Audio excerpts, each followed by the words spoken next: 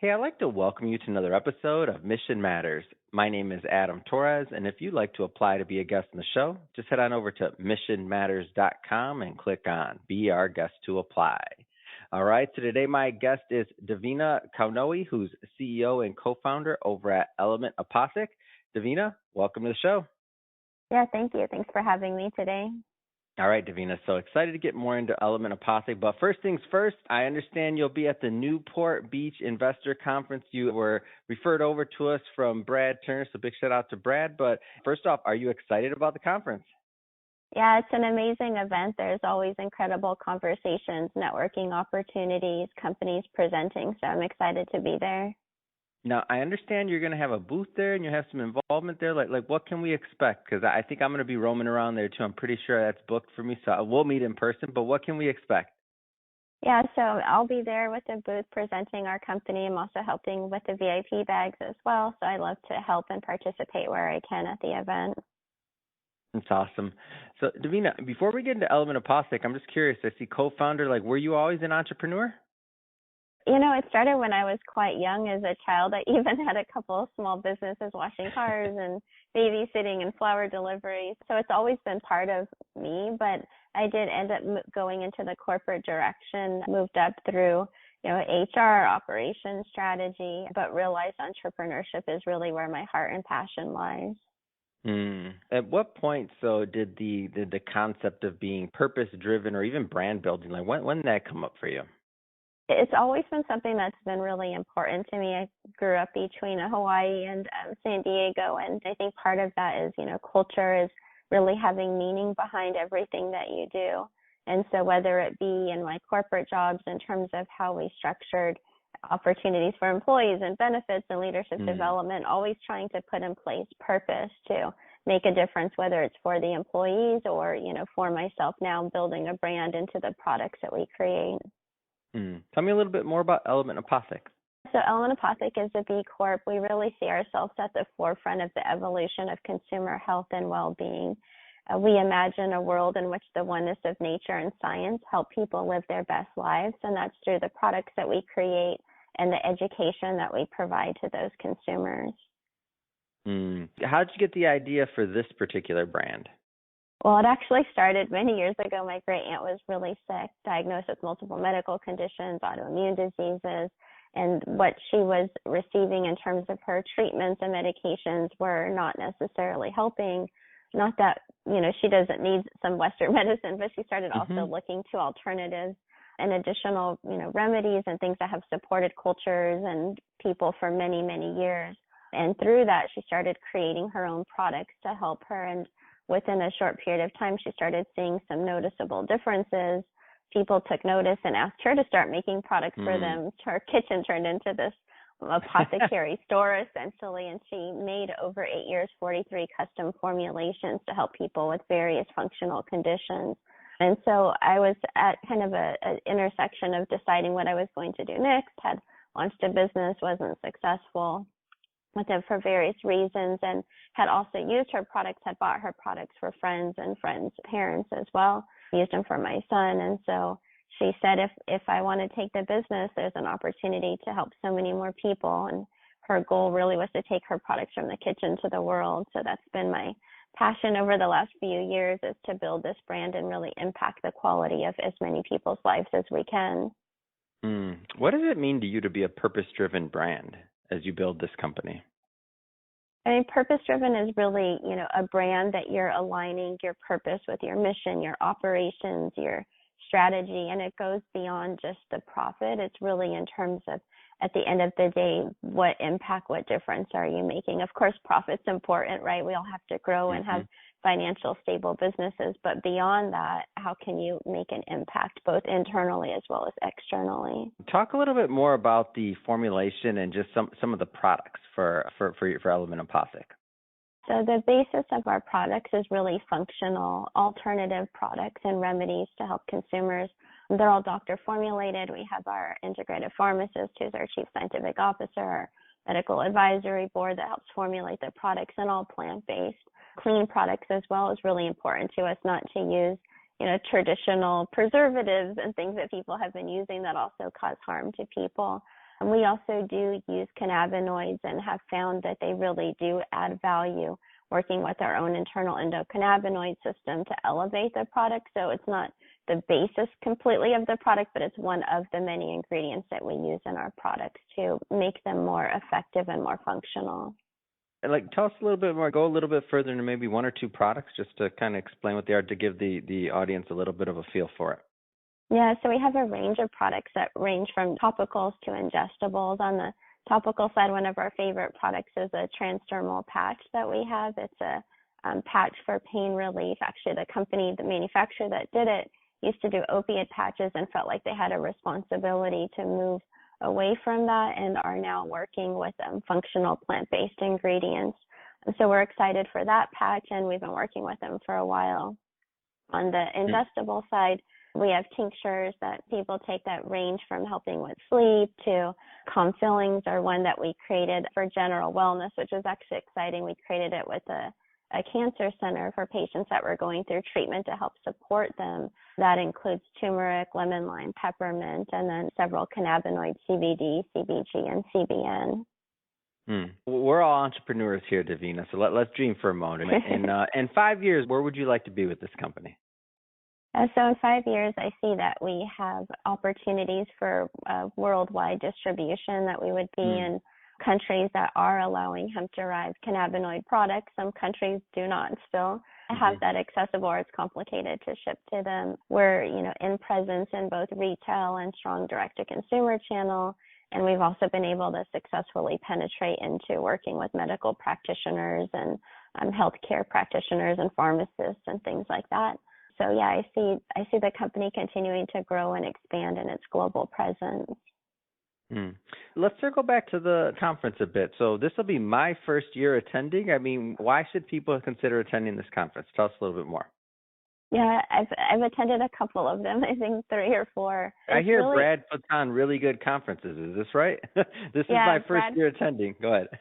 Yeah, Brad puts on great conferences. He's really well connected, always out there, really trying to help these entrepreneurs, these brands, to get the visibility and put them in front of the right people to help them grow and succeed. So you'll find that at this event. There's incredible investors, high net worth individuals, great brands, entrepreneurs that are really trying to make a difference. A lot of impactful brands, especially in the med tech space, general consumer space as well. So it's a great event. It's one of the better investor events that I've participated in, and it's why I also help support them in other ways too, because I really do believe in what Brad's trying to accomplish and the power of putting the right people in the right places to have the important conversations. That's amazing. I want you to maybe talk to the entrepreneurs out there that are just getting started a bit, like that aren't maybe as far along. What would you say to those new entrepreneurs they should be thinking about before, launching a new idea? Like, obviously, with the benefit of hindsight, we all have the ups and downs, right, of entrepreneurship. But, using that hindsight tool, what would you say to the new group of entrepreneurs coming out there? Yeah, I think, and I actually help consult with entrepreneurs as well. So, it's really important to really think through your idea and put together a strong business plan. Also, the financial aspect of it is something that I think even me going into it, helping companies, being on the other side is something I realize that it takes a lot more money than you expect it to, a lot more time. More money and time, right? That's what they always say. It's so true that when you're on the other side, it's easy to tell people one thing, but now being here, it's definitely a different perspective. But also make sure that you're really passionate about what you do, because being an entrepreneur has amazing highs and incredible lows that you're going to be dealing with, and you have to really be passionate about what you're doing. But a lot of it comes in the planning, the idea stage, making sure that you really have thought through all of the different things that you're going to do and what is going to be your purpose as you're building this brand, because just money alone isn't going to be enough to really make you successful as an entrepreneur. There has to be, your heart has to be into it because of the ebbs and flows that happen. But just really being mindful, it's helpful to bring on support of an advisor and talk to them early, even as you're building out your plan, and support to really dive through what your idea is as you're going to be putting it into action. That's a good point you bring up about, the ebbs and flows of entrepreneurship. Like what keeps you strong? What keeps you in the game when things get tough? It's really the passion that for me, I'm also a type A personality, so I feel like I can't fail whatever it is I do. I want to do as best as I can. Yeah. But beyond that, I'm really passionate about what we're doing. And I've had other businesses as well that I've launched. I also within each of those found something that was really meaningful to me in terms of the Mm. reason why I was doing it. And I think that is the one thing that you can hold on to in those low moments, right? Is what's gonna get you up that next day, and what's gonna make you Mhm. motivated to push when it's really hard, and what's gonna help you stay motivated even to help your team stay, in the game and motivated when things are challenging. For me specifically, it's the passion. I know that our products make a difference. I see it in family, friends. I can see the impact on the quality of life that it brings to our customers and the reviews that we get. And that alone tells me that we can't quit even when it feels really complicated. Mm. That's great. And I think about like the ebbs and flows, and you're right. If it's like money can't always be enough. Like when it gets really hard, if there's not some other purpose or something else behind there, then it becomes easier to quit. Like you hear about so many ideas, not picking on anybody, by the way. I just mean in general, you hear about so many ideas that maybe succeed and fail. And maybe an idea was supposed to run its course, right? It doesn't mean every idea Right. has to like that's a thing, right? If not, we'd all be probably selling still candy from school or something. I don't know. Like like some ideas are supposed to have their end date, right? But some aren't supposed to have their end date, and some are supposed to continue further on to who knows, right? I can think about in my life, like thinking about when an idea no longer worked, to be like, yeah, that was probably there was some learning there. That was definitely Mhm. failed, but there was some learning there. In your experience, because you mentioned you've had previous ideas of things you've done, how do you know when an idea it's time to kind of call it quits on an idea or just time to move on to the next one? Like for me, I normally find it when it's when I kind of lose my passion, or I'm just not like it's just not what I want to do anymore. It's kind of hard to explain for me, but that's why I asked this question because I'm always curious what other people think. What kind of how do you know when it's time to move on from an idea? Yeah, I mean, for me, it is a combination of, Mhm. looking at the financial viability to realize maybe I thought this was going to be more successful. Maybe I thought there was a better Mhm. market fit. Maybe I thought people would, there would be higher customer retention, and realizing that it's just much more complicated or requires a lot more financial dollars to put into Mm. the business. But also, like you said, it's that moment when you realize maybe it's not the best idea, where that passion starts to fade away a little bit. Mhm. But even so, I would say even if the passion starts to fade, sometimes it can, because it just feels so hard. But if you go back to your why, so it's determining, is this really? I mean, at the end of the day, is it really a viable product or viable company that's going to be able to make it? And can I get through those low moments or not? But when you don't have either of them, then yeah, it's really hard. And I think sometimes one of the hardest decisions I think you can make as a founder, when you've poured a lot of money, your heart and soul into something, or people around you have also trusted and invested in you to make the decision to close the business. But it's something that's also really important. I say it's kind of making a grown up decision, right? To make those Yeah. hard choices, to say, okay, I see this wasn't the best, and let go of our egos a little bit and move past it.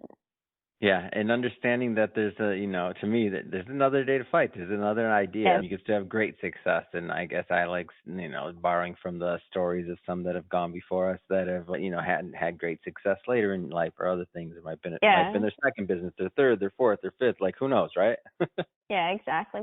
And I would say, though, I mean, I think one of the biggest things, though, is the tenacity, right, and perseverance. So Mm. it is hard. Sometimes it's really hard. Sometimes in so many founder stories you hear where they were, on their last dollar, and continue Yeah. to persevere and found a way to make it. So, caution entrepreneurs, just because it feels hard and maybe really Mhm. challenging, to really explore the options and persevere. Of course, then it comes a point where you have to make those hard decisions, but don't give up just when it starts getting hard, though, because some of the most successful companies got to the point where they were borrowing anything they could from friends and family just to make it, and now they're multi-million and even billion dollar Mhm. companies. So that's also important to keep that in mind.